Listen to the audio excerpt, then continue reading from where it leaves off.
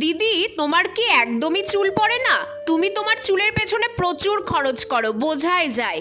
এমন কমেন্ট তোমরা রোজই করো, কিন্তু কি জানো তো, আমি একটা মধ্যবিত্ত বাড়ির মেয়ে, তাই বাড়তি খরচ করতে আমাদের গায়ে লাগে।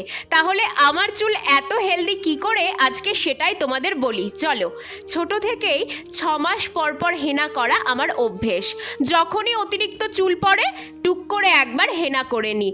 আর জানো তো, সত্যি বলছি, চুল পড়া প্রায় বন্ধই হয়ে যায় আমার। অনেকেই মনে করো হেনা করলে চুল রাফ হয়ে যায়, কিন্তু এটা সম্পূর্ণ ভুল। হেনা চুলের জন্য প্রাকৃতিক কন্ডিশনার হিসেবে কাজ করে।